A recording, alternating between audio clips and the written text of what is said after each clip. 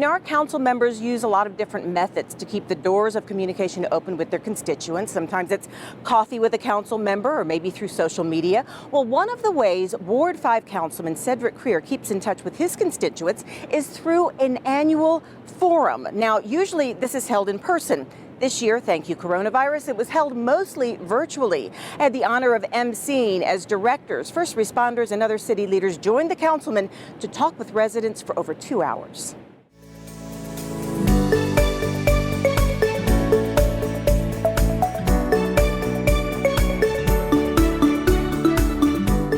Councilman Cedric Crear is often seen out in Ward 5 interacting with residents, but on October 22nd, he invited residents to come to him at City Hall, either in person or through his Facebook page, for an annual update on what's going on in their community.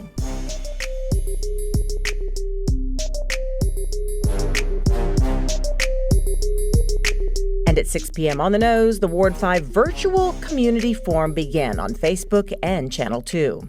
And good evening, everyone. Thank you so much for joining us this evening. With a smaller audience socially distanced in the council chambers and many more watching from home, Councilman Crear started off by reminding us all of a rare silver lining in this otherwise cloudy year. A lot of times when bad things happen, good things come out of it. And one of the good things out of it is that we are live streaming on KCLV TV, our station, and live streaming live on our Facebook channels, which means that we're probably going to reach a lot more people potentially than we might have had at our other events.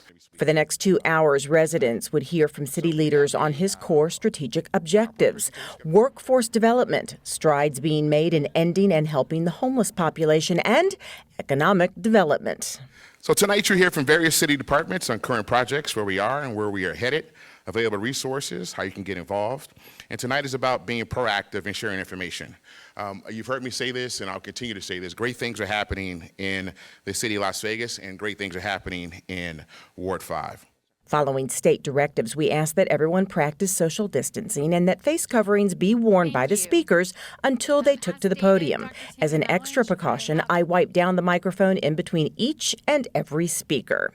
Kicking the forum off, public works projects in Ward 5.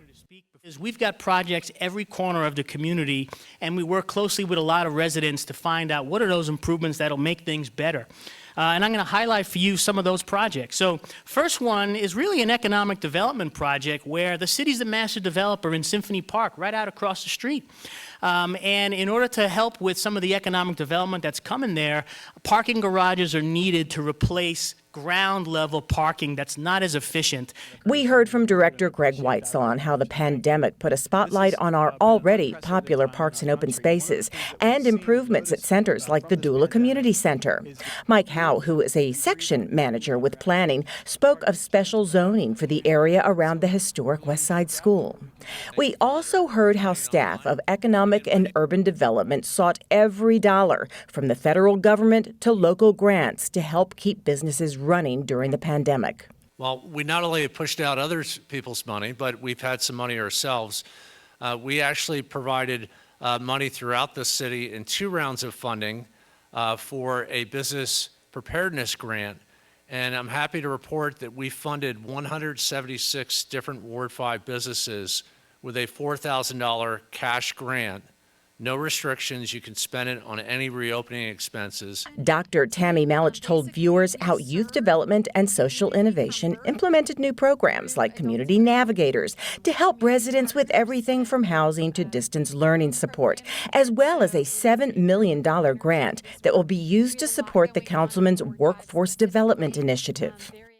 But if successful, that will host a site, a $7 million construction project that will include an education training center that will include skilled trades and construction, IT, healthcare, and advanced manufacturing. At any given time, Ward 5 houses half the homeless population in the city's Quarter of Hope. The director of community services spoke of how that department met coronavirus challenges, such as building the ISOQ, which was open to homeless who tested positive for the virus. There was also an update on the Courtyard Homeless Resource Center, which is unique in its 24/7 service and it being a low barrier access point.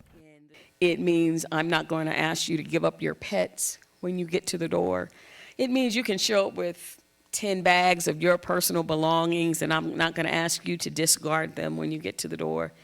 It means I'm not going to say, if you say this is my family, I'm not going to say, well, no, a family looks like this, and the group of people you're with doesn't look like a family. Low barrier means no judgment.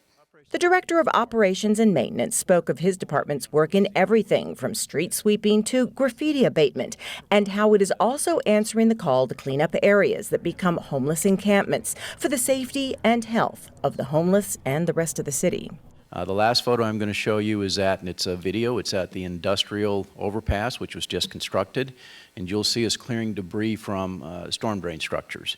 These storm drain structures, all of the possessions were taken out prior to this activity, and so this is just the trash that was left in them. And so we secured this location after we cleared it and cleaned it, posted it no trespassing, and secured it in such a manner that 3 months have went by and it's not been subject to any further trespass. First responders from the Department of Public Safety, Las Vegas Metro Police, and Las Vegas Fire and Rescue also spoke briefly about where residents can turn with any issues. After the speakers, audience questions were answered. Will the people who are investing in opportunity zones be required to invest their funds back into the community?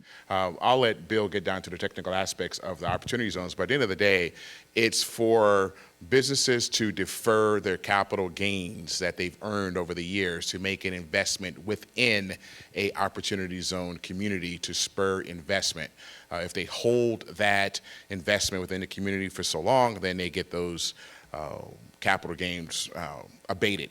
And with the clock already ticking past the 8 o'clock hour, Councilman Crear reminded viewers this forum may be over, but his office is always available to residents. My job is to keep our foot on the pedal to ensure that the things that we talk about, we are going to do, and we are moving forward with that. That forum is a huge undertaking. Congratulations to Councilman Crear and his entire staff for another successful town hall.